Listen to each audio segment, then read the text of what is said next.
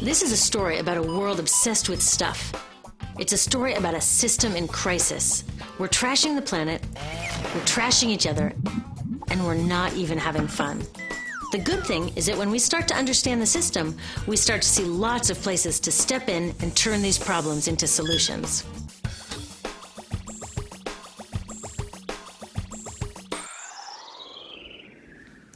Can I tell you, I love my Pantene Pro V.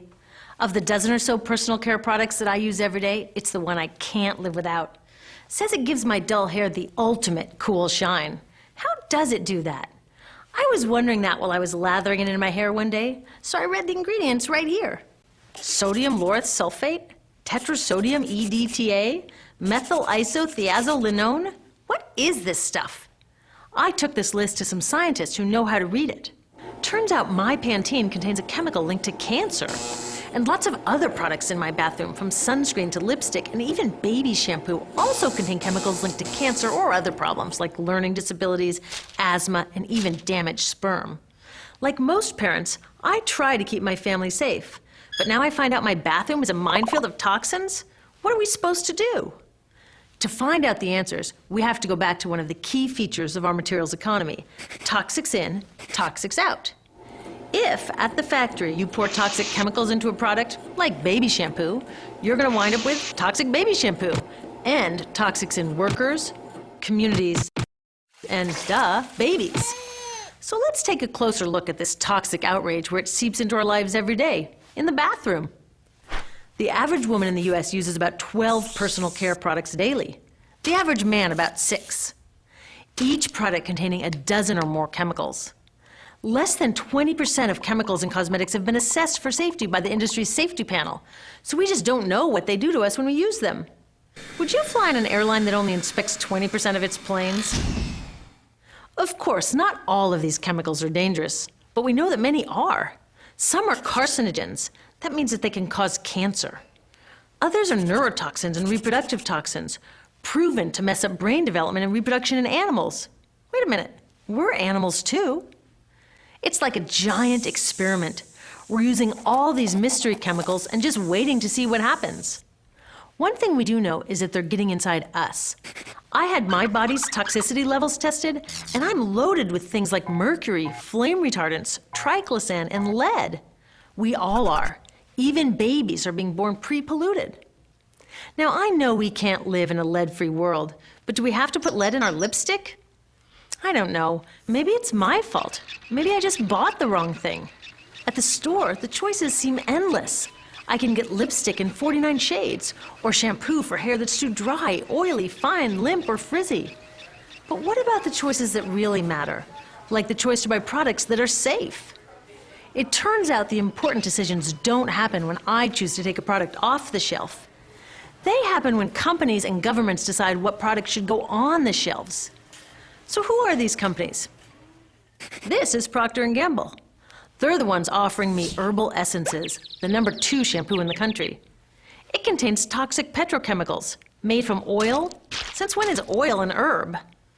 On cosmetics labels, words like herbal, natural, even organic have no legal definition. That means that anybody can put anything in a bottle and call it natural, and they do. I mean, can you imagine a top seller called Petro Essences? Gross.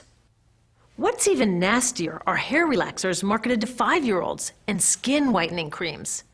These are super toxic, both in their ingredients and in the message they send about what beauty is. Ooh, here's Estee Lauder offering me a chance to help find a cure for breast cancer. That's nice. But wait, they're also using chemicals linked to cancer. Don't you think the best way for Estee Lauder to fight cancer is to stop using those chemicals in the first place? So really, I get to choose between meaningless claims on a bottle. But these guys get the real choice about what goes into those bottles. And that happens back here, at the factories where they're formulated. Why do the makers of these products use all these toxics? Are they trying to poison us? No, they're just working from a 1950s mindset when people were totally swept up in better living through chemistry. In all that excitement, they forgot to worry about human health impacts. That was years ago, and they are still using these same old toxic chemicals. Today, big cosmetics companies say the doses of poison in their products are small enough to be harmless. Yeah, maybe if you use them once a year. I guess they never get out and see that their products are being used and combined with other products every day. A little toxic dose under your arms, a little more on your hair, on your lips. And workers in nail and hair salons get dosed all day long. So the industry is used to doing things this way, and they can. Because even now that scientists have linked the chemicals they're using to all sorts of problems, there are no laws to get rid of them. You're thinking, really? Come on, nobody's making sure that the stuff we smear all over our bodies is safe? Nope.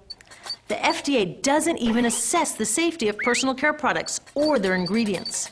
Since 1938, they've banned just 8 out of over 12,000 ingredients used in cosmetics.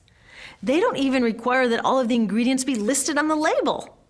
Now, this is an example where we can all agree a little more government action would be helpful. This lack of regulation leaves a huge hole that the cosmetics industry is all too happy to fill. They set up their own committee to self-police their products, and compliance with their recommendations is voluntary. So the cosmetics industry is making the rules and then deciding whether or not to follow them. So you see, it isn't our fault that these toxic products are in our bathrooms. It's a whole broken system that's ignoring the simple rule: toxics in, toxics out. But we're not helpless. There are resources online that we can use to protect ourselves by identifying the best possible choices in the store. But the real action is with people working to change the system.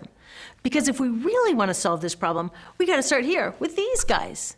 Women, parents, workers, people all over the country are demanding that Congress pass a new law, giving FDA the power to make sure that our personal care products are safe. We need common sense laws based on the precautionary principle. That means that when you're dealing with hazardous chemicals, just err on the side of caution. Let's not debate how much lead should be allowed in lipstick. Just get the toxic chemicals out of our products. Smarter laws would force companies to get past that old 50s mindset and figure out how to get us all clean and shiny without toxic chemicals. Can they? Totally.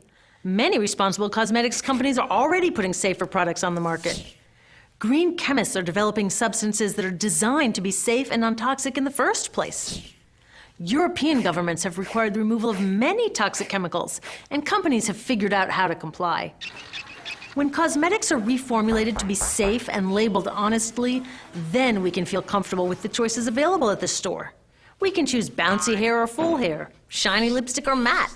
We can even choose to feel beautiful without using 20 products. But we'll know that whatever we choose, the most important choice, the choice to be safe and healthy, has already been made.